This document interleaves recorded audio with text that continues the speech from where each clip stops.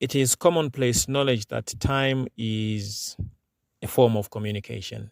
It is also commonplace knowledge that time is a culturally embedded system, which means that time is not experienced equally across all backgrounds.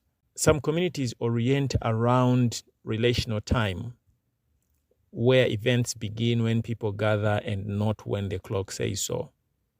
And others emphasize mechanical time, where punctuality, segmented hours, and time as currency are important aspects. I am here to talk about your time identity, the internal rhythm that shapes when and how you engage, rest, learn, and live.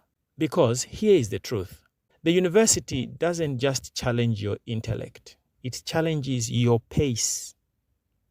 If you don't understand your own time rhythm, this place will eat your sleep, your joy, and if you're not careful, your sense of self. So, firstly, I want us to understand institutional time. Let's start with how time works in a university. Universities run on external time structures, such as set lectures, timetabled practicals or lab sessions, fixed submission dates for assignments or quizzes or whatever, exam seasons that arrive like seasonal storms. You are expected to align yourself seamlessly, flawlessly with this rhythm of the university, as if your brain, body, and emotions were designed in a lab somewhere for punctuality. But some of you do your best thinking at midnight, others before sunrise. Some need 30 minutes breaks, and others can zone out for hours straight. But here at a university, we are all under one uniform timetable, doing mental gymnastics to catch up. Let's put that aside.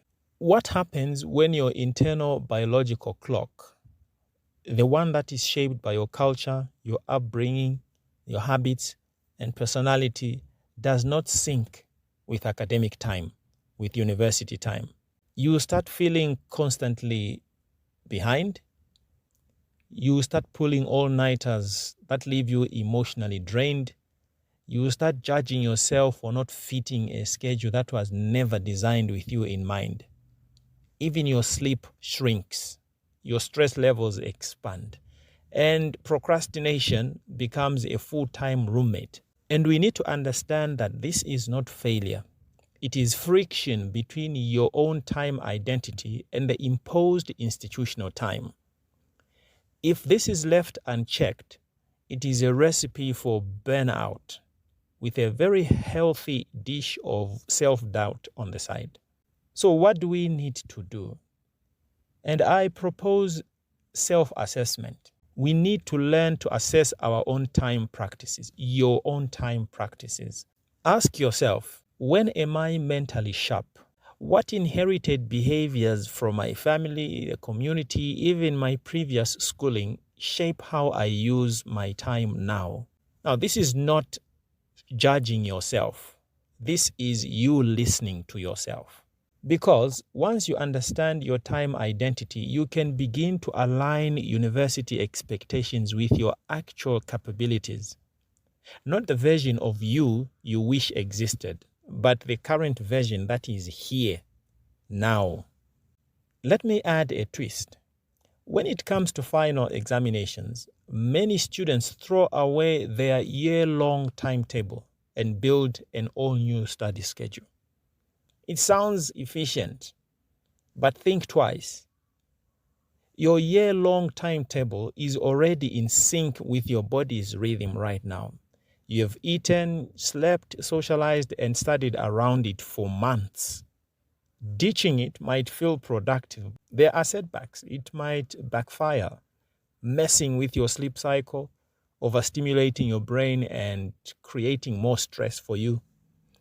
So instead, I'll propose try using your original current timetable and repurpose it. For example, slotting active recall where lectures used to be, using tutorial hours for group study, replacing those boring long lectures with practice questions with your friends.